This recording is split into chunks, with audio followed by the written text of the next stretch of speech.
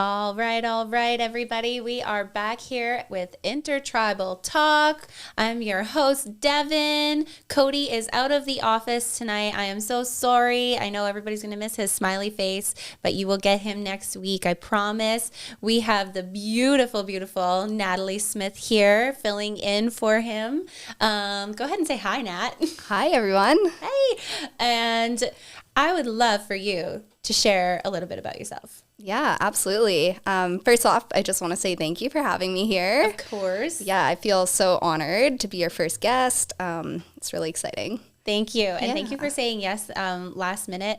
Nat was filling in for Cody.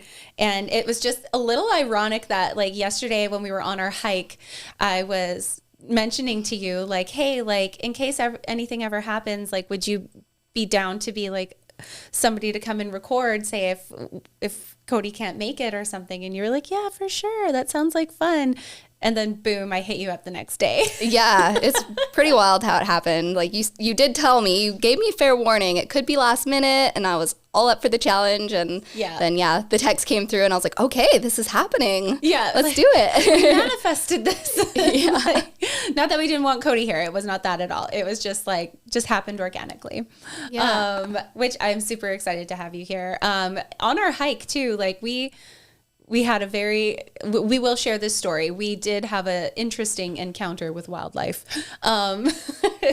Super fun story. We will talk about that in a minute. But right now I want to take this chance for Natalie to introduce herself and what she's all about. This woman goes by the crunchy mama kind of lifestyle. So for those of you who are into holistic living, the crunchy granola mommy kind of thing, Nat's your girl. That's awesome. Yeah, definitely. I would describe myself the same way. So I'm a fairly new mom. Mm-hmm. I have a little girl. She is just turned 10 months. Oh my gosh, that went by so fast. Oh, it does. It really goes so fast. Like everyone tries to tell you, embrace every moment. It goes so quickly, and it's like, yeah. But then you're in it, and you blink, and it's like, oh my gosh, she's almost a year. You're trying to like squeeze on the pants that you thought fit, and now you're like, oh my gosh, has it been like, look at your little sausage legs already. What is going on here? Like when you try to sausage your kids back into their clothes. Totally. Well, and it can happen overnight. Like I've had that where I'm like, I swear these fit you yesterday. Yes. Oh, totally. And then you know what? That's when you know that you're feeding them good. Absolutely. Right? So healthy babies growing steadily. And then, so you and I, we live in the same kind of territory. We live in the same area out on the lake. And you guys were like severely impacted by the fire, but we're super blessed to be able to go home. Can you tell us a little bit about what the heck was going on? And then also your wild surprise. Oh, yes, right. Yeah, absolutely. Wild definitely describes the summer. I mean, it was a wildfire. Yep. So, we were evacuated for about 2 months. It was definitely challenging. We moved back into my parents' house. I'm so grateful that they were able to host us. But spaces were tight. Mm-hmm. I think there was at one time, 2, 4, 6, 8 adults, 2 babies, about 6 dogs and a cat. Gosh. Yeah, because I guess your brother and their family would have to be there too, right? Yeah, exactly. Oh my goodness. Wow, what a reunion. Yeah, that's a nice way of putting it for sure. It was great. I mean, I'm super close with my family. I'm very blessed with that. So we made it work, but so happy to go back to our own home. Yeah. And it was just a miracle, really, is the best way to put it. A lot of people have said that, when I tell this story, they say you must have had guardian angels protecting your property. And that's really what I can envision. Mm-hmm. That night I listened to the live radio scan, and it was an emotional roller coaster, not knowing if our house was still standing. And it just, when I found out that our house was still there, that's what I envisioned. A whole bunch of angels just linking hands and standing around our property. Yeah. And then going back, that was just so much further confirmed to us, because the fire line literally burned the fence on all 4 sides of our property. Yeah. It started to ignite part of, or like right by the entrance of our carport. Yeah. And then it just, I don't know how it got put out, but it just stopped. Yeah. And so yeah, we feel so very blessed. Oh my gosh, I couldn't imagine. Well, I mean, I definitely understand the panic, because we were like some of our neighbors that chose to stay would send us photos of what was going on, and like, Wow, that was scary, seeing it directly behind your home and stuff, right? Like it didn't come as close to our house as it did to your, like you guys literally had it knocking on all your walls. yes. So to see like the devastation, like just from your videos and stuff that you've posted and shared, like seeing everything around your home, it's like a scary nightmare, but that was like real life. Mm-hmm. Yeah. But you guys had an unlikely survivor. I want to hear more about this super chicken. Yeah. Yeah. So we have chickens on our property, and we obviously evacuated them. But a few weeks before we evacuated, we had a hen go missing. Mm-hmm. You know, as anyone that keeps chickens knows, there's lots of predators, you know, on the ground, in the air. Could be anything. It could be anything. So yeah, it's not the first chicken to go missing. We took a look for her, couldn't find her. And so we just kind of, you know, accepted her fate. And here we left, evacuated for 2 months, moved back in. And then who do we see just cruising down the street one afternoon? But this amazing rogue hen, she is a true survivor and an inspiration to all. Phoenix the hen.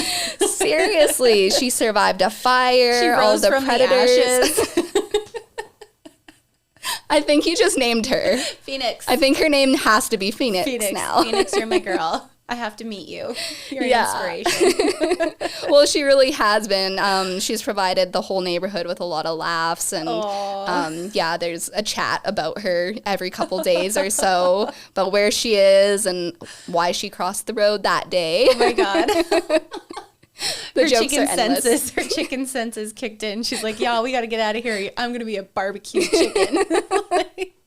Get me out of here. Oh my goodness. That's actually really funny, Nat. I really have to meet this chicken now. Well, yeah, we unfortunately have not been able to catch her. Yeah. She's so feral now that she's just living the life on the streets. Oh my God. That is so funny. A street chicken. Yeah. She went from like Phoenix to street chicken. Watch out for that chicken. That's so good. Also, like you guys keep bees as well. Like, and I've had the privilege of being able to buy some of your honey, and it is the best honey, and I can't buy honey from anywhere else. Anytime I've tried it, it's just not the same, and it doesn't feel as good. It doesn't feel like the same quality as your honey. And like, even my grandmother, like she's hooked. Like she's like a grandmother bear, I guess you could say. She's hooked on that honey. I love it. Yes. So tell me about your beekeeping. What inspired you guys to do that? Yeah, you know, it was just something that I felt really drawn to. I'm not exactly sure if I can pinpoint the moment, but I always found it really fascinating. And obviously, with my kind of interests of holistic living and sustainable living, bees are a huge role, or play a huge role in that. Oh, I mean, so huge. They play a role in everyone's lives, whether we acknowledge it or not, but we would literally not be here without them. We won't be here. You hear that, guys? We won't be here if there's no bees. Bees are a must. Stop killing your weeds. They need them to eat. Yeah, stop spraying the GMO shit on them too. Exactly. Oh my gosh. I would get into it with some neighbors sometimes because they'd be spraying their lawns with all that heavy duty chemical shit. And I'm like, get that away from my soil, because I'm super concerned about our soil, right? Like soil is really where the richness lies, right? And to be honest, like I was talking with somebody who is like a very holistic person. Like they live in a clay house, and I was talking to somebody who I go to for like lots of earthwork advisory kind of stuff like that, and information. And I was learning about soil and all of that. And then I watched The Biggest Little Farm. I love that one. So good. And I learned so good. much more about soil. And then right after that, I told Ryan, I was like, we're not pulling weeds. We're not getting rid of the thistles. Do you see those bees? Those thistles are like a smorgasbord for them. They love them. They are ugly in our field, yes, and they are annoying, but we have to at least let them flower so that everybody can eat. And then we got to chop them down right away after. I love it. Did we do it? No. Why? Because of the fire. And it, honestly, we're probably going to have like 200 more thistles next year. Yeah, I think we have a little bit of a road ahead of us with just repairing and catching up with what we couldn't do this summer, for sure. What a freaking shit kicker was that, though. Like, really, I mean, I was so pissed about all that because we had all of our savings put away for our summertime projects. Like, this was the first year we actually were like, we have all the money to do this right now. Like, let's go, let's do it. We were so excited. And then boom, we get evicted, like get kicked out. And, you know, because we have kids too, like it's child endangerment. Like, it's not like the old school days where you can just be like, well, we're going to stay and we're going to fight this as a family. Yeah. You can't do that. You can get slapped with child endangerment. So you have to go. Right. And so I was a little upset when some of our neighbors had chosen to stay. And then I was like, you guys, they won't be able to drop water here. Like, they won't step foot onto the property. Like, you guys are kind of screwing us over too by choosing to stay. Yeah. But in the end, I am glad that they stayed because I see, you know, after kind of coming out of what I am going to call ignorance, because I didn't think of things from their viewpoint, whereas they were like, no, you guys leave. If any ash comes onto your house or if we see your roof on fire, like we'll go put it out, right? Wow. If they can't, right? Wow. If the firemen can't. So I understand that now. At the time I didn't get it, but you know, I was like, oh my God, like, follow the rules, you guys. Not that I always follow rules, but anyway, so like that whole fire spiel, it was so bad. And you know, like, yeah, when we got home, seeing like all the things that we should have gotten done, it was like a wake up call because we were like, we should feel very blessed that we even have homes to come home to right now. Yeah, absolutely. Right? I can totally relate to that. Yeah. Yeah. Well, back to beekeeping because we were talking about bees, weren't we? Got a little off track. That's something that you probably already very well know very much about me, is that we always have like 10 different side conversations. Yeah. I think we're both notorious for that. Yes. I can never tell a story from like beginning to end. There's always 10 tangents in there somewhere. Yeah, yes, exactly. Oh my gosh. Cody and I, so relatable with that too, because we do the same thing where we're like, yeah, no, we have like a bunch of side conversations, but we always come back to point A. Or in this case, point B. Point B. That's right. We're going on point B now. Honestly, like one thing, what have you guys noticed since switching to your own honey? Like, what kind of holistic properties does that have for your own body? Yeah, well, for anyone, I think that there's a lot of benefits with eating anything that's grown locally. Yeah. So there's obviously different, like all the medicine that we need is there provided for us. Yeah. And obviously, like, for example, we don't grow coconuts here, and that's just not something that maybe we need so much here. Yeah. And so I think there's a lot of people that are of the mindset where they eat, you know, within like a radius. Yeah. So I mean, the biggest benefit for me is just, and maybe this is kind of selfish, but I just feel really good because I know that I'm contributing to the world. And beekeeping is just something that brings me so much peace and joy. Yeah. I think I actually want to look into this. I wonder if there's like a certain frequency that the buzzing of the wings make. I just thought of that because like I remember the very first time that I was beekeeping and I was like fully involved in this hive and they're all swarming around and the humming and it just was like, it almost takes you to a meditative state. Yeah. Oh my gosh, I love that. Kind of like a white noise. Like when you're sleeping, it helps you go into, because like, what is that called? Hertz? Yeah. There's different hertz frequencies and hertz. Yeah. Okay. Oh my gosh, that is something. Wait. Jay, can you look that up? If bees can provide certain frequencies, or I wonder even too, because like, what movie was it where it wasn't bees, it was like flies, or it was something where these insects were attracted to certain music, or they would start dancing or something. I can't remember what it is. It's probably going to hit me while I'm fast asleep tonight, and I'm going to spring out of bed and be like, oh my God, I remember. I do that shit all the time. Yeah, I remember seeing something about that. So without a doubt, and I can see that being so meditative. Like, do you ever get stung? Wow. Yes, I have been stung. I don't like it. I'm not going to lie. I've been told that it does get easier over time. I guess you just become a little bit more tolerant. Like you build up tolerance to the stings. Yeah. I mean, unless you're allergic, like my husband, actually, Matt is extremely allergic to bees. Oh, no. And we didn't know that when we endeavored to keep bees. But it's just something that we both are so passionate about, and so it hasn't stopped him. That's so daredevil of him too, being like, hey, like, I'm really allergic to you, but I still love you. Absolutely. Aww. Yeah, it's really, I think, like, he's learned to create a relationship with the bees through that, you know, and that is beekeeping. By definition, it feels like, you know, creating this symbiotic relationship with them. Yeah. So we try not to disturb them if we don't have to. You know, we go in minimally to check on the health of them and whatnot. But yeah, that in itself's been a journey. We've been keeping bees now for, I believe it's been 4 years. Wow, that's so long. That is so cool. It is long when you think back, but honestly, it's gone so fast. And bees, I find anyways, it feels like a topic that I'll never stop learning about. I love that. Yeah. That is so cool. Yeah, I know. I know a lot of friends that, like, their kids, they take them to Planet B. Yeah. And they get to see all the cool displays and stuff like that. So that's really, really cool. And I'm going to be a bad mom admitting moment here, but, like, totally admitting I have never taken my kid to Planet B, and I feel so ashamed for that. I should probably take her. She's been asking. Oh, no, you definitely don't need to feel bad. You do so much for your girls. I try. I certainly try. Yeah. I mean, oh my gosh, we have a pig at home too, and she's been a whole learning curve as well. Jay, we got some facts here. The buzzing is a healing factor. Jay just pulled up some info here.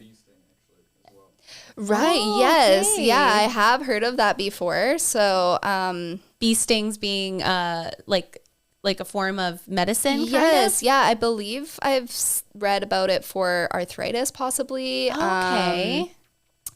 Yeah, it's been a while, but I remember I did watch a video about that. That's so cool, because in our culture, you know, it's known for our people that medicinal values is in stinging nettle as well. Like, you whip your hands with it, and it helps with the arthritis pain and joints and stuff. So that's really cool. Fun facts today, guys. Bees are medicine. Absolutely. In so many aspects, spiritually, physically. They're pretty to look at. Yeah. And in their, you know, they produce honey, but they also produce propolis. And there's tons of healing benefits in propolis as well. What is propolis? In sort of layman's terms, they call it bee glue. So they actually produce it to kind of seal up the hive. So they'll put it in any cracks, or if there's a big gap that they want to fill in, then they fill it in that way. So it's really sticky and it's dark. It almost looks like molasses. Okay. And the viscosity of it changes depending on the temperature, just like honey. So if it gets really cold, it gets really hard and brittle. Wow. But like in the middle of summer, for example, it's really gooey and sticky and interesting. So it kind of like resembles sap almost. Yeah, very similar for sure. Oh, neat. That is so cool. I'm learning a lot today. And I love bees. Like, I've always loved bees. And I know, like, honestly, the whole save the bees motion was such a huge thing for a while. And then it kind of like fumbled off for a bit. But, like, honestly, it's been a huge reason why I will not, like, I refuse to get rid of my weeds around my house, and you know, even doing little things like that, or getting into arguments with your neighbors over the fence about using harmful chemicals. Like, you guys, do your part out there. Do your part and never stop learning about the bees. Absolutely. Nat, you've been at it for a long time, and you just said You're learning so much still. Absolutely. Well, I just learned as well about the frequency of the buzz. So that's really neat. Yeah, I love that. Oh my gosh, the hard facts. Yeah. Hard facts with Nat. I love it. So also involved in your healthy living, like you're so inspiring to me because honestly, like I see it is a conscious effort. Like you do have to make an effort. Like you guys even use cloth diapers too. Like that is super amazing. I tried to do the cloth diaper thing for a while. My patients were very thin because, you know, I don't know. It just wasn't for me, but I really did try for a while. And I do wish that I stuck it out. Like, how was the cloth diaper thing for you guys? Yeah, so it definitely has its challenges like anything. I will fully admit that I have not been using cloth recently. Well, she's busier now. Well, that's not really the reason. For me, it was the evacuation. Yeah. Obviously being in someone else's house and not having like my setup, it made things a little bit more difficult. Yeah. So it was just easy to go the kind of typical disposable route. Yeah. Which I bet was like a stake in your heart when you first had to start. Yeah. And it still bothers me for sure. Yeah. But I know like we can't all do everything. No. And yeah. You still make so many other conscious efforts for a lot of things. Yes. Yeah. Okay. I try for sure. But we do all have our vices. Yeah. I'm not perfect. Yeah. You know. Well, I want to hear about Kangen water. Okay. Because I'm sure you used that to clean the diapers and stuff too, right? Before. Yeah, I did. Wow. Yeah. So that's definitely my passion project, my business. I get really excited about this topic. Yeah. So I have a Kangen water machine. It produces 7 different levels, 7 different pH waters that all do different things. Yeah. So with the diapers, for example, I was able to completely wash and sanitize them just using water. That is so cool. Yeah. So if, you know, there's the argument on like cloth diapers is that you have to do a lot of laundry and you're still using lots of detergent or more detergent. And yeah. So how good is it? Yeah, exactly. Right. There's always, and like anything, there's pros and cons. Yeah. But the pros definitely outweighed the cons for me in this subject, and even more so with using the water. Yeah. So yeah, it truly is incredible. I use the water to clean my whole house. I've used some of the water to help different friends with different ailments in their bodies. You let us take some water for something with our house too. Yeah. So yeah, that's amazing. Yeah, you've seen the amazing healing properties of it firsthand. Yeah. Which this is why I love it. I love hearing people's amazement when they see like what this water can do in the body, in the home. For your animals in your garden. There's like over 65 uses for the water. Yeah. Well, my big thing was, so the first thing I noticed when you guys had switched onto this water system is I noticed how your eyes and your skin and your hair, like everything was just glowing and more than usual. And you were even talking about too how your body was really suffering from certain medical issues as well. Mm-hmm. And since you guys have incorporated this water system into your lives, like you had a couple amazing things happen with your body. And one of them, I found out why you were so glowy. Because you're like, oh, hey, by the way. Yeah, you're talking about my pregnancy, I'm guessing. Yeah. Yeah, the water really does make you feel like you're glowing from the inside out. Yeah. And so basically the machine produces electrolyzed reduced water. So it's, I won't get too scientific right now, but basically it changes the molecular structure of the water. Yeah. So it makes the hydrogen, so obviously like water is H2O, so hydrogen and oxygen. Yeah. The hydrogen becomes more readily available in the water. Yeah. And H2 is actually the smallest molecule. Yeah. So it can easily penetrate your cells in the body. Wow. So it like goes as deep as possible to hydrate you at a cellular level. Yeah. in doing that as well, it can cross like crosses the blood-brain barrier of the cells. Yeah. And that helps to eliminate free radicals in the body. So all like the treated like chlorine and all that kind of crap that's in typical tap water and whatnot. Well, yeah. So it does filter out chlorine and sediment, but the main purpose is to change the molecular structure. Yeah.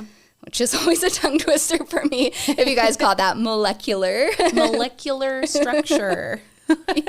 Enunciate. Yeah, we should have done some vocal warm-ups before. I don't know why we didn't. We were too busy laughing about our like almost death experiences with the cougar. We got to talk about that too still. Sure. Like, so I've been trying to convince my husband about this water system for a while, and he's absolutely sold now, which is great because this is something we definitely want to do. Just seeing how amazing it's been for you guys and your family, and like all the cool purposes of it. I have serious housewife guilt every time I put away a thing of laundry detergent, because I'm like, do I really need you? Like, do I really? Are you that good? No, you're not. Do you really go into recycling when I put you into recycling? Because so many things that end up in recycling don't end up in recycling. Yeah. Right? Absolutely. So, I don't know. And so Ryan, he has his medical license to grow marijuana, certain like personal plants and whatnot. And he was having an issue with bugs getting into his crop. And, same thing. He wants to go everything organic, wants to do absolutely everything organic. And he was having some issues, and I kept nudging him, right? And being like, hey, like, let's talk to Natalie and Matt. Yeah. And so then when I shot you that message and then you brought over those jugs, it was the first treatment. What is it, a level or pH? Yeah, pH level for sure. So I think, I'm not sure actually, you would have to ask Ryan which way he used the water, but I gave him 2 waters. So I gave him a super alkaline water, which was 11.5, and then a hypochlorous acid, which is on the opposite end of the pH scale, so it's 2.5. Well, whatever he did with those waters that you gave him, they worked. They were so good. And it was so funny because I was in there checking the plants for him the next day, and I looked because I could still see the little bugs on there, but I was just like, oh, they're still there, but I was like, but they're not moving. And I like went like this, and it was a carcass, and I was like, oh my God. So of course we went through everything, picking them off, right, and dusting them off because we had to trim and stuff anyway, right? But oh my gosh, I couldn't believe how it worked so fast like that. Ryan was blown away. He was excited. His usual go-to are ladybugs. Wow, Which he'll throw the ladybugs in with his plants, but because of the fires, I guess the people who usually do the ladybug thing, they were like, no, like the fires killed the ladybugs, which is so sad. That's so sad. Yeah, so he couldn't access them anywhere, and I was super, silver lining, right? Because I had been trying to tell him like, you should use this for your plants. You should use the water for your plants. Yeah. And then, as we can accidentally manifest things, it just happened. Yeah, totally. Yeah. So I was super stoked about that. And watching like all the cool demonstrations that you do too. Like, I love your reels. Thank you. I love your Instagram reels. You have to teach me how to do reels. We've planned a day for next week to do reels. Yeah. And I'm really excited for it. It's going to be like a mom party to the max. It'll be so fun. Oh my gosh. It's going to be great. You guys keep an eye out for reels with Natalie and I. I'm new to reels. I do not know how to do these things, but she's going to teach me. Yeah. Teach me to be badass, Nat. Well, I don't know if I would consider myself badass, but I definitely do. You're a beekeeper. You're a water snob, right? That's what you go by? Yeah, water snob or water goddess. I mean, whatever. Okay, let's go with goddess. We'll use snob for the bad bitch days. Yeah. Right? For sure. I freaking love that. Oh my gosh. And like, what else? Like, you and Matt, you guys kind of dabbled in acro yoga for a while too, hey? A little bit, just kind of self-taught. Yeah. It was just a really fun way for us to be able to connect and play. Yeah. we're both nature lovers. So And like test your flexibility Yeah. and trust with each other. yeah, totally. We haven't played around like that in a long time. So we should do that again. Oh my gosh. It's so fun. Yeah, again, something else you need to teach me because I would love to do stuff like that with Ryan. Yeah. I'm too scared to like YouTube it and then try it with him because, you know, I can be accident prone sometimes. So like Yeah, I've taken a couple tumbles off of his pedestal, like his feet. yeah, oh my gosh. That's when you like that's where being horse girls comes in handy too, because we have always been taught to tuck and roll. If you feel like you're going down, you bring in your arms, you tuck your head, and you just get ready to hit the ground. Yeah, totally. It's not always that graceful, but it's what we'd go for. Yeah, it looks interesting. No, speaking of, how are your horsies doing? They're great. Yeah. We have them in Armstrong right now. Yeah. And they're out on a huge pasture. They're like, I think it's close to 100 acres. Wow. Yeah, I must love so that. they're in horsey heaven right now. Right on. That Yeah. is so good. I know our horses, they're doing all right. They are definitely muddy. It's a mud pit where we are. Yes. So, you know, going out to clean their feet, it's actually been kind of good because the mud, it just comes right out of their feet, right? But like, holy crap, I swear I tackle all the burrs that I see everywhere, but somehow they find a burr bush and each of them get like a burr mohawk. Yeah. So, you know, it's one thing like when you're chasing your toddler and your 6-year-old around the house trying to brush their hair, and then when you go out to like go see your horses and then they're doing the same thing to you. You know, a woman can feel a little defeated. Absolutely. I swear, you guys, I just did this to you yesterday. Yeah. I just brushed out all that shit. I think my horses are going to get a buzz pretty soon on their manes. Serves you right. Yeah. Don't do this shit anymore.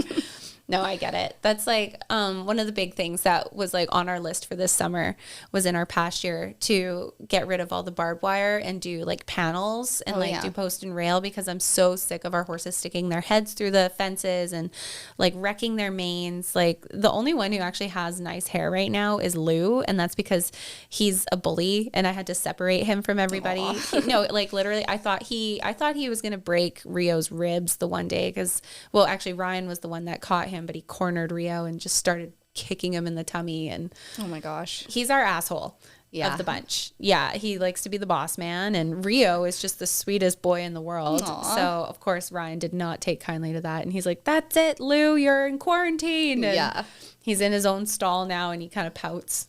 I'm like, but dude, look at your hair, look at their hair. You're winning in the hair department. Like, and he probably gets a hay pile all to himself. And he does. He doesn't have to fight anybody for hay. And you know, he's very dominant, and it's good to have him in his own area now. But he's such a butthead. It is. It's, I don't know. Coming home after being evacuated and then having our horses somewhere that wasn't like right outside our front step as well. It was kind of very, you know, it's humbling in a way, because then when you get home and you're just like, there's that breath of fresh, sooty air, the breath of fresh, sooty air, and you're looking around at the landscape that once was green and now is full of charcoal. But you're also just like grateful to be home back on like your grounds, right? Yeah. So, I don't know. I know it's been an adjustment for you guys, and every time you post like a video of like your property, I'm just like, what the fuck? Like I feel so bad. Yeah. But super grateful that your house is like still standing too. Absolutely. Super proud of your chicken. Like that's amazing. I know. That was the coolest story. I really love that. Let's get into our survival talk about, we decided to go for a hike, a spontaneous hike. You just hit me up one day. Let's go for a hike. Fuck yeah, Nat, let's go. Yeah. We had a really good talk. And this was around the time where we like accidentally manifested you being here today. But it did, like, you know, again, silver lining, it worked out. We went for a beautiful nature hike. It was so nice. It was. It was so warm. Yeah, it was. It was eerily warm for December. Yeah. Or was it December yet? Yeah. What are we? December 3rd today, I think. Yeah. Okay. Yeah. Sorry. I'm like, what day is it? 2nd, 3rd. What year is it? I don't know. We're in December. Yeah. It was December. Yeah. But yeah, we went for like a beautiful little nature hike, and you and I, because it's been a while since we've like done any kind of working out. Yeah. We were gassed out within the first quarter of the hike. I know, I'm so glad that I did it with you because we were like, yeah, no, you don't need to explain yourself. I understand. I got you. You started huffing and puffing and wheezing. I was huffing, puffing, and wheezing. We were like, yeah, no, that's great. You know what? Let's do this once a week. We'll have our pre-baby body back. No time. Totally. Yeah. I know we've both been like looking forward to getting together and hiking with our girls. That's been, you know, kind of our vision from day one when I first told you. Yes. Little Sadie in my belly. We were pregnant at the same time too. And like, that was really cool. Were we? No. I had just had Starly. Yeah. I had just had Starly and then you had just gotten pregnant. Yeah. And that was the coolest thing ever. Yeah, it was really special. And you were actually there with me like pretty much the night, or like I was kind of like in that very beginning stages of labor. Do you remember? Yes. Yeah. Oh my gosh, yes. That was a beautiful situation too, because like even being at your house, I was kind of getting like that anticipation and like anxiety too. And I think, what were we trying to do? We were like trying to sit down for a reading and just have some tea and yeah, I don't know. I just wanted some like female support and company. Another female energy there with me as I was entering, you know, like literally changing from a woman to a mother. And you always provide so much calm energy and uplifting and supportive energy. So thank you. I love you. Thank you. And I was so happy to be there too. And like when you sent me the message, because like I'm pretty sure you sent me a message and you were like, I think this is it, or it was something along those lines. Yeah. And then I don't know, like I'm super proud of you for having an at-home birth as well. You. Like, so I do have to ask, did you use a Kangen water bath or was it just straight water? Do you even know me? Of course I did. Yeah. So I had a tub, like a birthing tub set up in my living room and a hose that connected all the way back to my machine that was in my bathroom. That's so cool. Yeah. Oh my gosh. Yeah. So baby got to be born in amazing molecular water. Yeah. Yeah. So totally like clean, no contaminants. And my shower unit has some added Japanese minerals in there. So I just wanted everything to be really pure and holistic for my birth. That was something that's always been a dream of mine. And I feel so blessed that it was able to play out the way that it did. Wow, that's so cool. I'm so glad and I'm proud of you. Thank you. That was so amazing. And having a baby during the pandemic is no joke. It's like, I don't know. I just think it makes so many new moms like hyper aware too. Like, but also having a baby during the pandemic, I found that like there's so much more downtime, that you don't have to be rushing all over the place with the baby all the time. Like you aren't expected to be anywhere from anybody. You get to stay home and relax. I mean, that was my experience anyway. Yeah. You know, I'm still kind of shocked though to this day when I do go out into public, considering like the state of the world, just how many people feel entitled to touch my baby. Oh my gosh. That's when I start slapping hands. Right? It's so crazy. I didn't realize that it was such a thing that happens, because I would never in a million years imagine going up to a stranger and touching their child. Yeah. Boundaries, so, man. Yeah, it's been interesting. Your bubble and your boundaries. Yeah. Yeah, no, I remember being a kid too, like probably my daughter Winter's age, like around 6. And I remember like older people, because back in their day it was no thing, right? But coming up and like pinching my cheek and stuff, and my mom being like, what are you doing? Yeah. You know, and even when I was pregnant, like when I was pregnant with Win, I had a lady at Nature's Fair actually come up and put both her hands on my belly. Wow. And just full on, and I was uncomfortable. I was kind of like, whoa, I don't know, like, do I say get off me or what do I do, right? And then when somebody tried to do that when I was pregnant with Starly, it was literally just like, sorry, like I'm really sick, I might throw up on you. Nice. Yeah. We totally got off topic again. We were like, let's talk about our cool, funny survival story hiking. Yeah. And then we got into Kangen water again. Of course. Which is fine. It's okay. Kangen's still in the show. I love it. Nat and I went for an awesome nature hike and almost gassed out for the first quarter. Then we pushed through, taking like little tiny periodical breaks here and there. Yeah. We first set off into like this little, it wasn't even like a side road. There was no road. It was just like a deer trail, pretty much. And literally we were walking and all of a sudden we saw this like deer fluff massacre. And we were like, oh gosh. And we were trying to differentiate what the paw prints were, like if it was a cougar or a bear. It was something big though, because that looked huge. Yeah, I felt like it was definitely predator, whatever it was. Some kind of predator. Definitely. Well, think of how strong it would have had to have been to drag it from where we first saw the hair to where we finished our walk. And we were like, whoa, like this is the kill zone. Yeah. Like, this is where it feeds. And so we were trying to find this like pretty secret waterfall that one of our mutual friends had taken me to. And then I was going to take Natalie, but we had both babies on our backs. Yeah. We were there by ourselves. None of us brought any kind of protection, which is so not like us. So unusual. Like normally I would have a knife or bear mace or something, but we didn't have anything. No, we had squat. We had a tripod for the camera. Was it. Whoops. You know what? Priorities.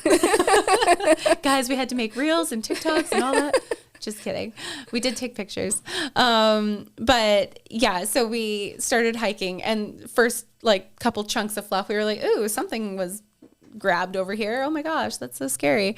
And then we kept walking and we saw like big giant thing of bear poop, another big giant thing of bear poop, really fresh bear poop. And we were like, yeah, let's turn around. Okay, yeah, let's turn around, start hiking. We go on our big hike. We're like, oh, let's cut through the field here and go down the hill there. And we did that. And then we ended up coming to the very bottom of the hill. And then again, like we weren't quite ready. Like we were on at least a 2-hour hike. Yeah, right? It was quite a while. Yeah. It was like, good though. My legs feel great today. My butt feels like it had a good workout. I had a nice little booty pump today. Yeah. It's like, it looks strong. This is good. Muscle memory. And then we set off on another little like back road where I was like, hey, do you want to like walk this flat way on this side of the mountain? You're like, yeah, let's do it. Why not? Yeah. And that's where we saw the kill zone. Yeah, that was crazy. I've never seen so many bones in one like square chunk of field. From different animals too. Yeah. Yeah, like there had to be cow, there had to be horse, there had to be like you saw a horse hoof. You picked up no, you didn't. I didn't pick it up, but yeah, I wasn't sure if I should or not. Yeah. You know, we weren't sure if anything was maybe watching us from the bushes. So. Oh yeah. No, one of us was scanning the grounds while one of us was scanning the trees, and then we would switch. Yeah. Yeah.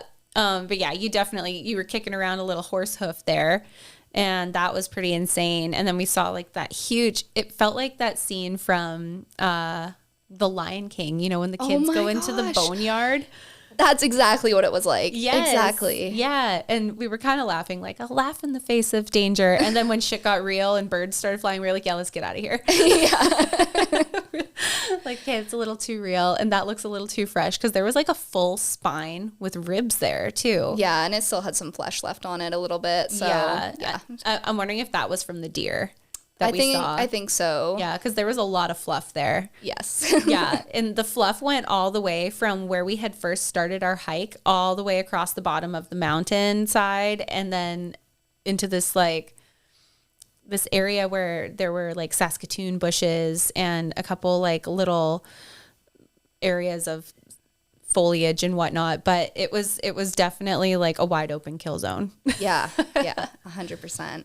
But we always seem to like anytime we hang out, we always come across some sort of wildlife. Yeah. I mean, our initial connection was through horses, and it just seems that our friendships continued along that path. Like, you know, we were mentioning even yesterday, pretty much every time we've spent any time in the mountains together, we always see birds of prey, and usually in pairs of two. Yes. Oh my gosh. Yes. And it was that soulmate connection too, right? And we were talking about that, like being soul sisters, being having like those connections with your friends too, right? Where things just feel right, and then all the signs point to yes too, right? And that was as we were hiking, or we were getting ready to hike, and those birds kind of flew over, and then we saw vultures. Yeah, we saw vultures the last time we were hanging out too, which is really cool. But the way I was seeing it too, because like it depends on like what your cultural background is or what your spiritual background is. But in some cultures, like they're like death birds and whatnot. But the way that I seen it, because they've shown up 2 times now that you and I have hung out in the mountain. Yeah. to me, it's like, it's a pack. And you like hunt together, you work together, teamwork, right? So like, that's the way that I was looking into it. Oh, I love that. Right? Yeah. And then it's also like death and rebirth. Like when there is death, there's always rebirth, and like giving new life followed up with that too. Right. And I feel like you and I were really coming into ourselves now, finding our path. And, you know, like you're 30 now. Yeah. I'm 30 this month. Isn't it weird? Do you feel like you should be 30? No, absolutely not. I don't feel like I should be 30. I'm like, dude, I still have that 16-year-old mentality some days, I swear. Well, it's so true what they say, you know, you look ahead when you're younger and you think, wow, that person is 30, like they're living their life, they're in the prime of their adulthood, they've got everything figured out. Yeah. And then you get there and you're like, oh shit. Yeah, you're like, oh damn, it's that time. Better check myself. Yeah. Yeah, it's like once the 30 bell rings, it's like, okay guys, time to grow up. Yeah. And honestly, like I feel like even like as far as like friendship circles and stuff too, right? Like so many things change when you come into this age. Totally. You find your tribe, you find those who you mesh well with, those who you connect well with. And honestly, like I do, like I'm so glad that we came across each other's lives because it was totally meant to be. And then we found out too that like we both like to sing as well. Yeah. I mean, of course, singing some Pistol Annies at karaoke, like when you said you were doing that on stage and like those are my favorite songs to sing for karaoke, I'm like, oh my God, girl. I think I love you. Are we best friends? Is this best friends? You want to go do karate in the garage? Okay. Yeah, no, honestly, I'm super grateful for your friendship. Aww. And I am super grateful that you got to come here today and talk with me about this kind of stuff. We have so many other topics that we wanted to cover too, but I feel like we'll have to do that on another time. Yeah. Because we want to talk a little bit more about it. But one thing I do want to mention, because, you know, we do this for YouTube, we do Spotify. So some people are listening, some people are watching us. Yeah. And if you take one look at my beautiful Natalie here, you will see there is a beautiful multicultural woman here. And I want to hear about your Polynesian roots. Okay. Yes. Yeah. So it's still something that I'm learning lots about. Yeah. We talked a little bit about it yesterday, but I do have quite a mixed background for sure. So my lineage, starts in Hawaii. Cool. So there's a woman named Mariah Mahoy, and she came over here from Hawaii on a ship. Yeah. And this is a very like loose interpretation or like a Reader's Digest, but she married a man and they had a son together, and then he married a First Nations woman in BC here, and that's my lineage. So cool. I mean, that's my father's side, and then on my mom's side, I have Jewish heritage. So cool. So yeah, very mixed, but it's amazing. And after 20 years of paperwork, my dad just had was given his status. Yeah. And that was a huge... It's a long process. It's a long process, but it was... I don't really want to say an accomplishment, but what's the word I'm wanting? Like... It's like you come home. It's like a homecoming. It was... I know it just means so much to my dad to feel validated. Mm-hmm. Yeah. I love that.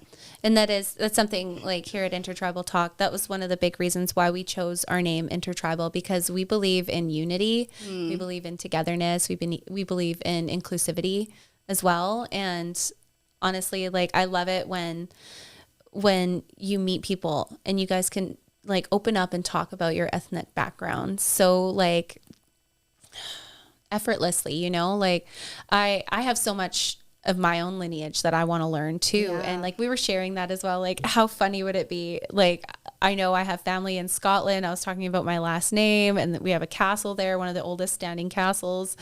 And I was telling you like how my family and we were like, yeah, let's plan a trip as a family to go over there. And then I mentioned like, oh my gosh, what if we found out that our family was like booted out of here and that we weren't actually welcome there, and like what happens if they come after us? That'd be so funny. Right? I mean, kind of. Not for your sake, but for a story. You think about all this stuff like back in the day, how things like that were like they happened, right? That was oftentimes why a lot of people would flee their country or like their homelands, right? It's because like they did something or whatever. And you were telling me a funny story about that too with your husband. Yes. That was a good one. Yeah. Do you want to share that? Sure. Yeah. I Okay. mean, it's not my family heritage, but it's just, a very interesting story. You can leave names out.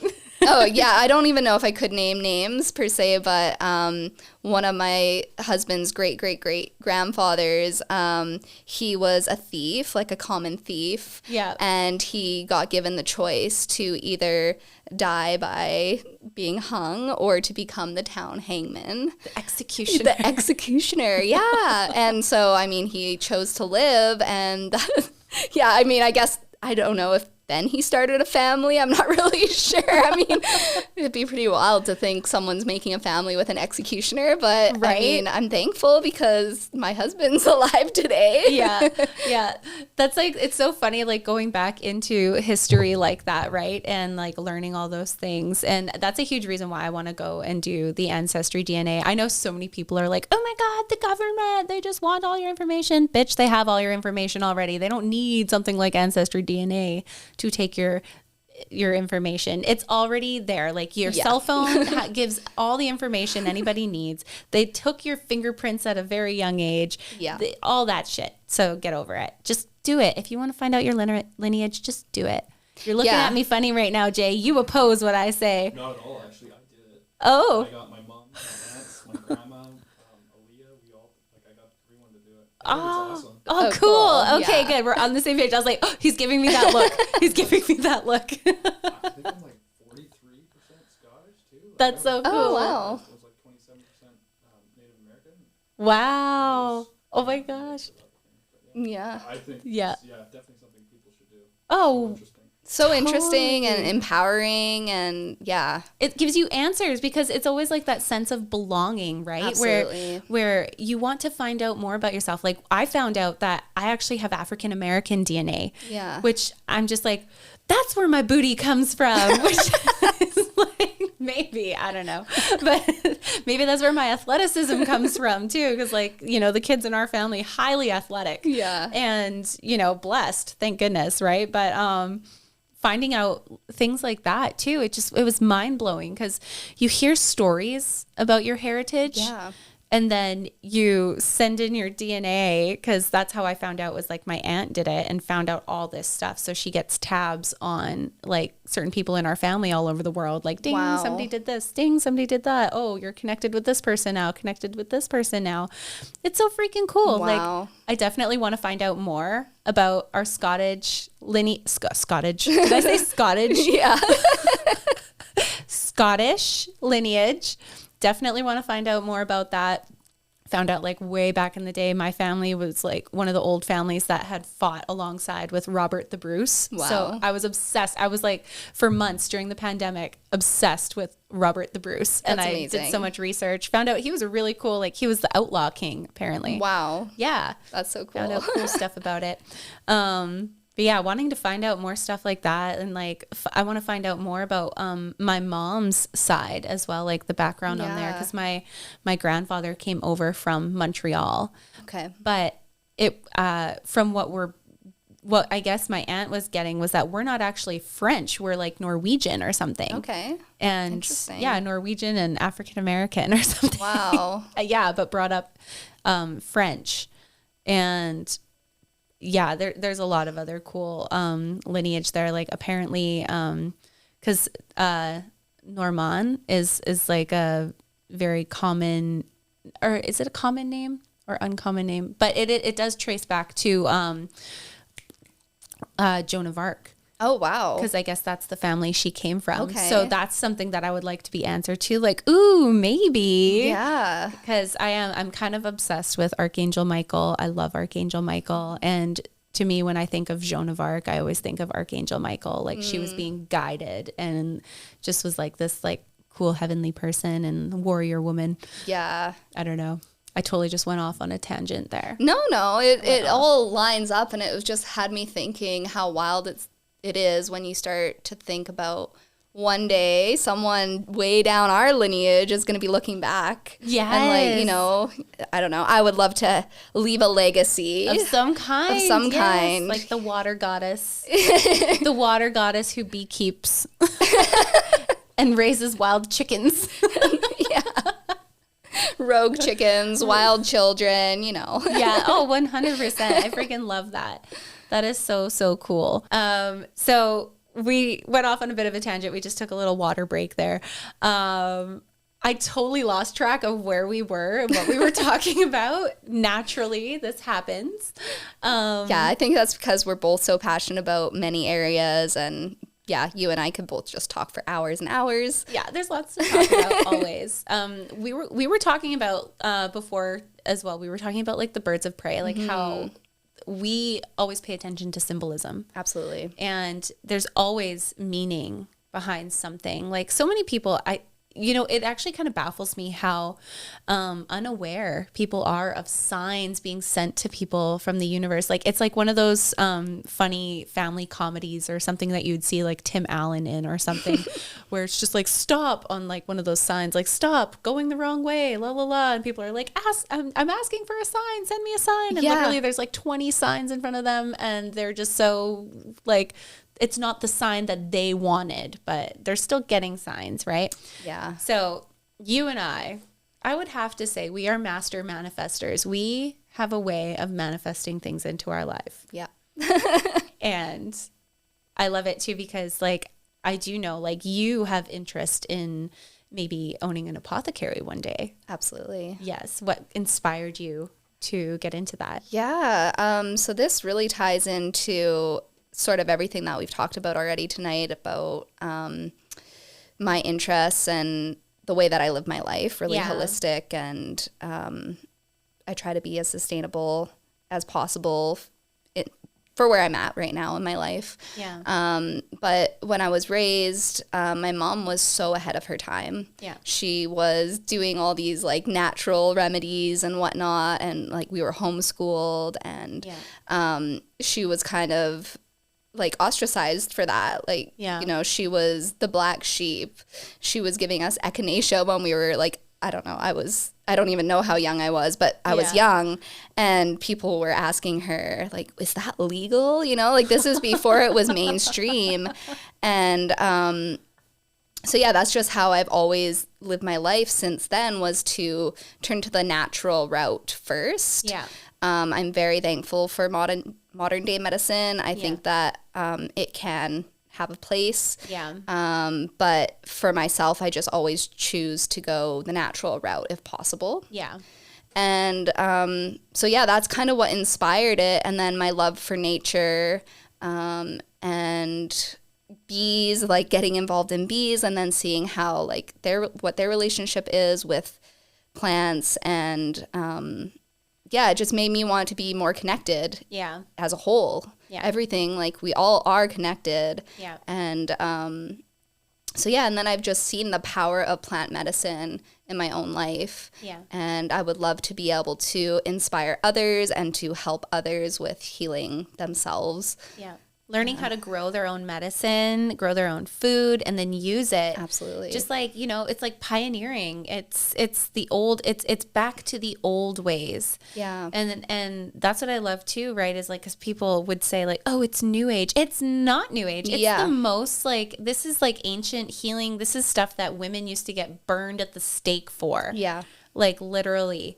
And it's amazing how it is in every home now. Almost every single person is doing one thing to do some conscious living and making an effort. And it is in almost every home. It's taking over again. And I love that. And I would love to learn from you and your mom. Oh, thank you. And like my mom, she's very much into medicines as well, like traditional medicines. Mm-hmm. And she just gifted me a huge bag of stuff that she harvested a while back. And because when my papa passed, for our family, we're not allowed to harvest, we're not allowed to hunt. We have to take a year off. It's just protocol. So it was nice to have like other community members, like knowing that they live that way as well. That Absolutely. and they offered like certain things to us as well, right? So, and that's the other thing with our community is if somebody in the community passes, the rest of the community will come together and like give them food donations and like, help to see each other through. Right. And it's all about community. Like it literally takes a village to raise people. Absolutely. And it's amazing. We have these, some lovely ladies running food distributions for people, and some lovely ladies working the community garden. And it's like a come and help yourself and come learn how to garden, come learn how to compost. It's that kind of cool stuff too. Awesome. So that's happening out in OKIB. We have our own health facility out there. There's lots of like cultural camps too, where they go out and they harvest medicines on the land, and it's open to anybody. Anybody can go. So it's really cool because, you know, people with the knowledge of how to make the medicines, like honestly, I feel like you guys need more appraisal because this is the new way of life. Yeah. And I do believe in Western medicine. Like I do believe it has its place as well, but I always opt for as natural as possible because foreign things to my body just like rejects it or shuts it down. Yeah, absolutely. I think like, you know, we are from the earth, and so as I already said, but the earth provides what we need, and it's there to sustain us if we just tap into it. And Well, speaking of tapping into it, let's get back into the spirituality. If you were a witch, what kind of witch would you consider yourself? You know, it's interesting. So I was raised Christian, and so I've always had like a bad association. Yeah, thank you. Association, exactly. So I've always had a bad association with the word witch. Yeah. That's just how I was brought up. So it's been interesting because I know that's a like more common word that's used these days. Yeah. And I just instantly, like if I'm being honest, something inside me just like puts a block up. Yeah. And it's just like the programming, right? Yeah. But I guess like this kind of goes along with the whole theme, but I would be like a water witch, I guess. Yes. Yeah. I'd say that, or a kitchen witch. Yeah. Okay. Cool. Well, because you're very conscious of what you eat. Yeah. Right. And then you put a lot of love into your food, like a lot of, like you're very conscious about it. Like you really think about the ingredients. Like you're gluten free as well. Yeah. Yeah. So what was your journey with that? Like spiritually cutting gluten out of your life. What has that been like for you? Ooh, spiritually, you know, I've never really thought about it that way. The way it affected your body. Yeah. Yeah. I mean, I guess everything that you put into your body can be related to like spirituality because your body is a temple and it should be treated as such. But yeah, my body just straight up was rejecting gluten. It was not having it at all. What kind of symptoms were you having? So I was getting severe stomach cramps. And I'm talking like the stomach aches would last 3 days of me like being buckled over. Oh no. And then it got so bad to a point where I was starting to just black out, like pass out. Yeah. Just randomly. There was no real like signs leading up to it. It would just, I'd be going about my day and then just boom, hit the floor. Yeah. And I was kind of like going back and forth to the hospital a few times and they couldn't figure anything out. Like everything looked normal on, you know, blood panels and all that. Yeah. And that's, again, where I'm just thankful for modern day medicine that we're able to look in and see what's going on. Like a diagnosis right away. Yeah, yeah. And so it still was never really like figured out what my issue was. And it was a naturopathic doctor who suggested that I go on an elimination diet. Yeah. And so that's what I did. And gluten it's quite a common allergen. So it was like the biggest one straight away that I eliminated, and that's where everything started to change for me. So that's so crazy because I remember I was talking to you about all my stuff that was going on with me, and I for many years did not know I was gluten intolerant because I had the same reactions. I actually was hospitalized the day that my goddaughter was born, and my best friend in the middle of pushing out her baby, I pulled the shittiest move and I blacked out and crashed into the garbage cans and caused a whole scene as she was pushing out a baby. Oh my gosh. Was it memorable for us? I don't remember much, but everybody else remembers. And I was that chick that blacked out. And it was the same thing. I actually hadn't eaten very much that day though. So I have blood sugar issues, but also gluten issues because, you know, raised in a family that was kind of brought up in the French culture, I ate a lot of bread. Yeah, it was a staple in our home. It was like, you know, if you're hungry and you want a snack, piece of toast with peanut butter or butter or whatever, right? And so that was always my go-to quick snack. Yeah. And I actually didn't realize that it was triggering my arthritis, what I thought was arthritis. Right. And it was triggering that. My hands, like I was a lash tech, right? Yeah. And my hands were, I would eat bagels in between clients because it was quick, it was fast and just whatever. But I wasn't getting the proper nutrients and it was causing total disrupt in my body. And even still, like, you know how much I love to make fry bread. Yeah. I can only have one piece. Yeah. If I eat anything more than that, the next day I will be shuffling around like a freaking zombie because I can't move my feet. Yeah. And it causes me to black out because it's only when I have high amounts of gluten while I'm standing out of nowhere, I'll start to get the tunnel vision. I'll see the stars and then all of a sudden everything goes dark. I can hear it all. I can hear everything around me, but I cannot see shit. Yeah. It was that kind of like what it was like for you too? Exactly like that. Yeah. And same thing. I thought maybe pinched nerves. I thought it was my blood sugar. I thought so many other things. Same thing. Went to my doctor for numerous things of testing. Yeah. She wanted me to get tested for arthritis. I do know I have scoliosis. So of course I was thinking like maybe it's something to do with my back, but literally gluten. Yeah. When you guys mentioned that was why you were fainting, that's when I had to go and talk to my doctor. Like, I think I figured it out because they did the same thing with me. They ran blood tests. They did all that stuff. Yeah. But whoever thinks like, oh, you're allergic to gluten.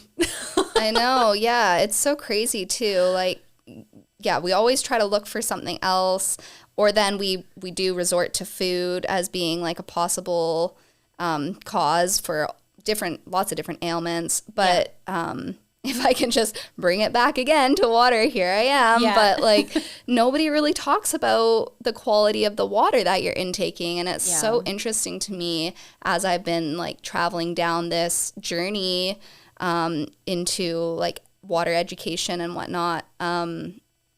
It just always boggles my mind. Like, how everyone's looking at diet, but no one's looking at the water. Yeah, no, 100%. It should go hand in hand. Yeah. I was watching, I can't remember what documentary it was, but they were testing water like in Paris. And there's this like expensive bottled water that you can buy there that is high molecular water. Yeah, was it the Zac Efron? It was. Yeah. Oh my gosh, that's so good. So good. Honestly, seeing him go from like High School Musical to that, I'm like, I am all about this Zac Efron. Absolutely. Like it's such a power move to use your platform and your voice when you like are in that position of power for something that's good. Yeah. So well, and think about it, being a bored celebrity and just being like, fuck this life. There's got to be more to this. And then just like immediately finding a passion within something. Like that was beautiful. Yeah. Like, so inspiring. Ryan was so funny too. He's like, what did he call him? Zach something. Like he's got funny nicknames for all the hot guys in Hollywood, right? But he's like, is that Zach blah, blah, blah? And I was like, yeah. He's like, what's he doing? And I was like, you should watch this. This is really cool. Like they just ate a boiled egg out of the ground. It's a cool show. Like, and Ryan, he's a total survivor man, right? Like our husbands get along very well. Yeah. So like I'm sure that they're like super brainiacs about all sorts of things too. Like, cause Matt, your husband, he's like a plant expert, right? And Ryan, he really wants to get into like botany and stuff. Like he's always been interested in it. Yeah. So I love that they're able to like hit it off like that. Totally. But yeah, like it's been a struggle for me to eat healthier in our house because Rye he's a stoner and he's a bit of a snacker, you know, like he likes his snacks. And for me to be like, I don't want any gluten in the house and la la la, and I'll buy all the gluten-free stuff. My family is not about the gluten-free stuff. They don't like the taste of it. I'm adjusting to it. Yeah. But, you know, like I'm definitely like, I'm even phasing into like, I'm not going full on vegetarian, but I'm phasing into just eating meat certain days of the week. Yeah, that's great. Because my body doesn't feel good eating it. I get a lot of good feelings from like salads or like soups and like healthy stuff, like straight out of our garden. And that's been a huge learning thing for us too, is like gardening and learning what our body likes, what we can grow, what we can't grow. Our zucchini kicked ass while we took off, you know, during evacuation. We came back, something about the ash in the soil really made our zucchini like we had 1,000 zucchinis and they were giant. Yeah, zucchini is one of those plants that always just like blows up. You're like, oh, maybe I'll plant a few different like seeds, but you only ever really need to plant the one. Yes. Oh my gosh, it was insane. Yeah, my mom was like, how many did you plant? I was like, I don't know, like 5. And she's like, Devin, those are going to produce like 10 each at least, maybe more. And I definitely did. Thankfully, we got to give a lot away, right? That's amazing. We were able to help people out. I'm like, hey, hungry? Want a giant zucchini? Here you go. It's the size of a baby. But it's such a versatile vegetable. You can use it for so many things. So. Oh, yeah. We baked with it. I made dinner with it. I did baking with it. I brought Michaela some really yummy zucchini muffins that I tried to recreate again, but they did not taste as good as the batch that I gave her. Aww. So I was a little gel, but super happy that she got to enjoy them. Yeah, that's because you put like good intention and love into it, I'm sure. Baked with so much love and a few cuss words. It's not baking in Devin's kitchen unless she's cussing around a little bit. Yeah, I mean, yeah. I know. Back onto the whole spirituality thing too, and like putting like the right food into our bodies too, because I find I talk to some of our friends and a lot of other people about meditation and like how important it is and how easy it actually is. And people try to make meditation so complex, but it's actually not. But that's one thing that I've really found too, is that food can actually triggle. So word of the day. We should have done voice exercises, like warm up, I swear. Ow, now, brown cow. How food can trigger your brain response and whatnot as well. Because if you're not feeding your body and your mind like what it needs, like you will have a dull mind, you know, and you know that whole saying like superfood and brain food and stuff, right? Obviously I didn't have enough brain food today. What was I getting at again? Oh yeah, meditation. See?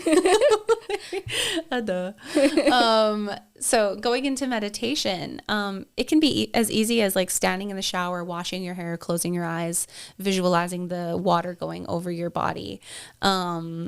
You know, and then like letting those thoughts kind of race in your mind and then like troubleshooting on them, right? Because that's essentially what meditation is you're troubleshooting all the thoughts in your brain. But when you are too hyped up on refined sugars, when you are having gluten reactions that you are unaware of or dairy reactions that you're unaware of, it will affect your spirituality and your abilities. Absolutely. Yeah. Yeah. Well, I know, I'm sure, I'm just guessing, but I know that you know about like the third eye or the pineal gland, right? The witch eye. Yeah. And I'm sorry. I know you cringe for that word. No, it's okay. It's like, yeah, there's so many different names and associations to it. But totally, like depending on what we're eating and what we're drinking, but that will like calcify, right? And that can really like block that that clarity in our minds. And you have to exercise it and treat it as if it is like a muscle that you can feel and see. 100%. Absolutely. I follow this one psychic medium and tarot reader, and she's a vegan, and she talks about it as well, how she's like, you know, you really do have to be conscious of what you're putting into your body. And I have this one oracle card that comes, it actually came up for me today too, and it was the smudge ceremony. And it was from my Native Spirit Oracle deck. And I always get this one when it's telling you, it's like you need to detox and purify your body again. I've definitely been eating Ben and Jerry's, and I do have a dairy intolerance, and I definitely have been eating bread, and I do have a gluten intolerance. So I know I have not been treating my body very well. My face shows it. My face always gives it away. I get little breakouts here and there, and that's always triggered by like my dairy and gluten allergies. Yeah. But that's one thing that when I first started going into medium work and helping people, teaching people how to like meditate and like remove spiritual blockages, you know, it's one thing to be like the guru and then give the advice. It's another thing to be the responsible guru and actually take your own fucking advice. Yeah, the student. Yeah. Like, yeah. So I definitely like, I'm not too ignorant to admit like, hey, do as I say, not as I do. Okay. But she talks about how if we eat animals, and this is what Brooks Farmhouse is all about too. Like my friends Cam and April Brooks, love them, local to this area, amazing farmers, ethical farmers as well. It's all about the emotion that the animals are feeling and that they were brought up in and raised in. Like if you're not eating ethically raised meat, like you're not putting good meat into your body if that's what your body craves, right? Yeah. Yeah. What are your thoughts on that? Yeah. I am a meat eater. Me too. I tried to be vegetarian, and I didn't feel like it agreed with my body. Yeah. I will say that, yes, so important where you're sourcing your meat from. And also like the consumption, the amount that you're consuming. Yeah. I notice a big difference, like you were saying, if I was to eat meat at every meal, it would be way too much. It's something that I selectively eat. And I just feel almost more satisfied when I eat a vegetarian meal. Yeah. And I think it does have a lot to do with like that mindfulness too, though. Yeah. If you are like thinking about as you're eating, like again, this is a meditation in itself, right? Yeah. As you're thinking about this food is going into my body and it's nourishing me at the cellular level, or like maybe you have a problem area that you're wanting to focus on. Yeah. Your mind is so powerful. And so when you really like have that intention set in your head, it's going to be like, I don't know, more powerful, or like the power behind it is tenfold. This is really what my body needs. This is the nourishment. Yeah. This is good for me. Yeah, 100%. Like put like the power of thought, putting that thought into your body and your mind. Yeah, absolutely. 100%. And then with the whole like sustainable route that I'm really pushing towards in my life, like I'm definitely not where I want to be just yet. Yeah. But in doing so, I want to be able to raise all my own animals and then butcher them as well. Yeah. And I think that connection is really important because it makes you really respectful to the life circle, and everything does live and then it dies. Like, there has to be that cycle, and if it can be peaceful and done in an ethical way, then why not? Yeah. Have you seen the show Kiss the Ground? No, I haven't. Oh my God, Nat, you're gonna love it. Okay. Remind me if I don't do it right away. I need to send it to you. Okay. It's so good. As we were talking about like soil and stuff before, Kiss the Ground is all about like the vegetarian kind of diet and like learning about the soils and the ground and stuff. And it's so cool, like having access to all these documentaries. Like that's one thing I do love about modern technology, is that like all of this knowledge is at the tip of our hands. Totally. And we can go learn about anything or even get a taste of something. Absolutely. Right. So honestly, guys, I'm gonna hype this one up, called Kiss the Ground. Also, I watched another one that was suggested to me by my friend Amber. You've met Amber. Yeah. You guys are so like, oh my God, I love you and Amber together. Honestly, we have to do a jam night together. She's an amazing singer and guitar player. Oh, really? I love that. Yes. Hey, my birthday's coming up. Yay. Yay. And it's also Amber's birthday too. So we celebrate it every year. Oh, that's together. so funny. Oh, right. You did mention that yesterday. I remember now. Yeah. So you guys have to come jam out. Absolutely. We'll have jam sessions. But Amber suggested the show called Gather, and it's a First Nations film. Okay. It talks about a lot of the atrocities that First Nation people had to suffer through, but it also talks about like the climb we're on and how everyone is resorting back to the land, going back to ethical living. People are becoming more conscious. People are becoming more aware. Culturally, we're waking up back to our Indigenous roots.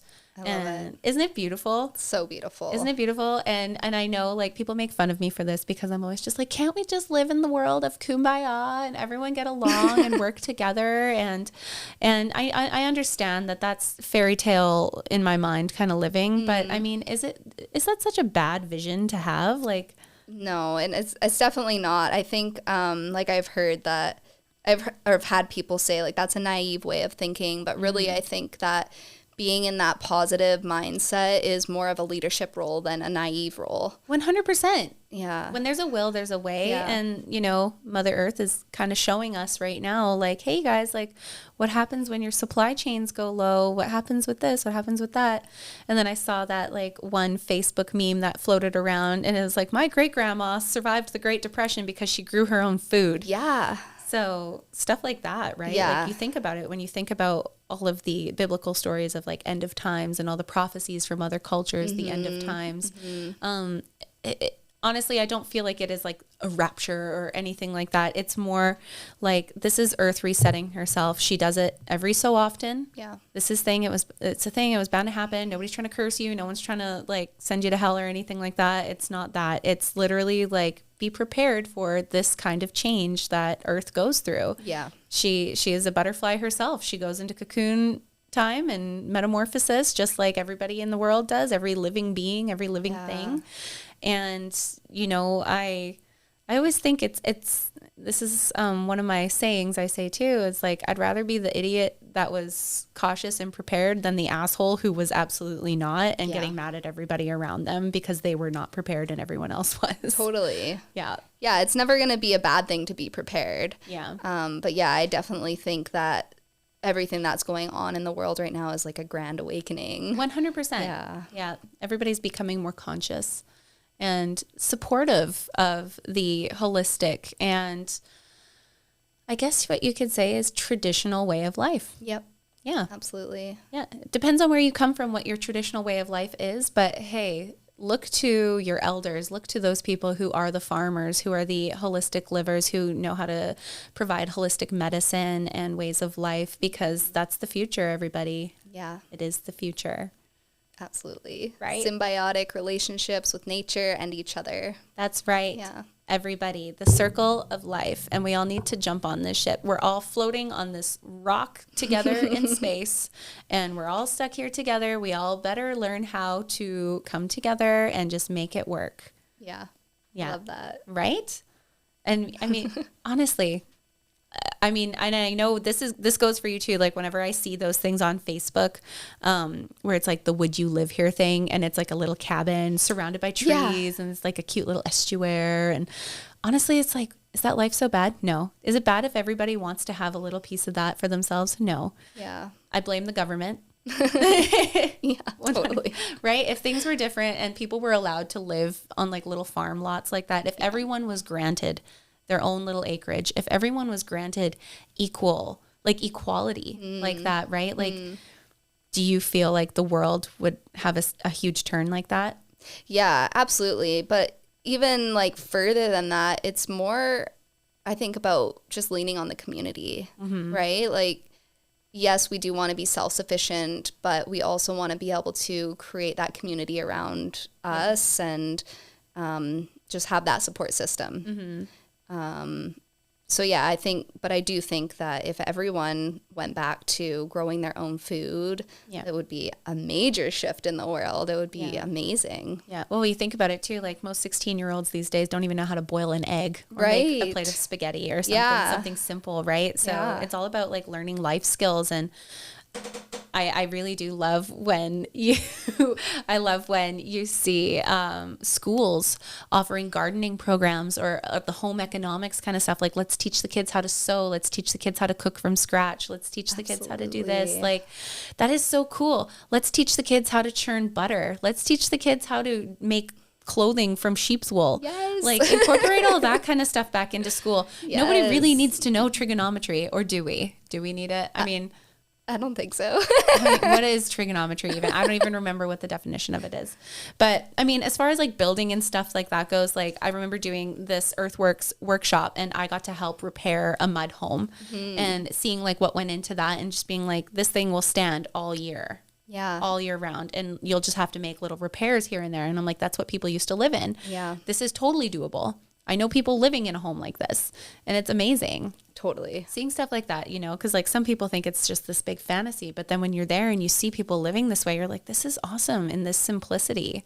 Absolutely. And it doesn't need to be like all at once either, right? I think like I've even found that myself where I'm not where I want to be. And so then I start getting overwhelmed because I'm like, oh, I got to do this, this, and this, and this, and this. Yeah. But really, it's just one step at a time. And to be really grateful and proud of yourself for whatever like small contribution that you're making. It's going to make a big wave no matter what. Yeah. So just, staying mindful of what you are doing for the world every day. I love that. Yeah. So we're going to wrap it up here. I have one question I'm going to ask you, and then I'll give my answer on it as well. Okay. What is your holistic, sustainable goal for this year that you can contribute to conscious living? Ooh, that's so good. So the one thing actually, we were going to talk about this. I don't want to go too much longer, but just to put it out there, the way that I really want to kind of gear my business, my Enagic business, is I'd love to either create or partner with a clean water initiative. Yes. Yeah. Obviously, it's a huge problem in the world. And even just locally, like we're talking just Canada or even just BC. Yeah. There's so many people without access to clean water. And, and then that leads to lots of like hygiene problems and health problems. And I mean, it just... Human rights, basic human rights. Yeah, that's the base of it right there. Yeah. So that's what I'm working towards right now. I don't really know what it's going to look like, but I'm just going to put it out there. Y'all stay tuned for her uprising. Just bring in the water. Yeah, I'm bringing the water and hydration. We're living hydrated. Yes, I love that. Yeah. Oh my gosh, I love that. I'd say for me, it would be to cut back on how much garbage we produce in our home, being more conscious of how much garbage we produce in a day. Like I remember seeing, and it was funny because I was scrolling on Pinterest. You know how that freaking rabbit hole can go. Oh, yeah. You can go for hours on there. It's just endless inspiration. It's one of those things with technology where I'm like, damn you, why do you suck me in like this? Every time. Every damn time. But I was on a Pinterest scroll and I came across this one little like video, and it was this girl, how she in a year reduced all of the plastic use. She got rid of all of her plastic. She got rid of everything.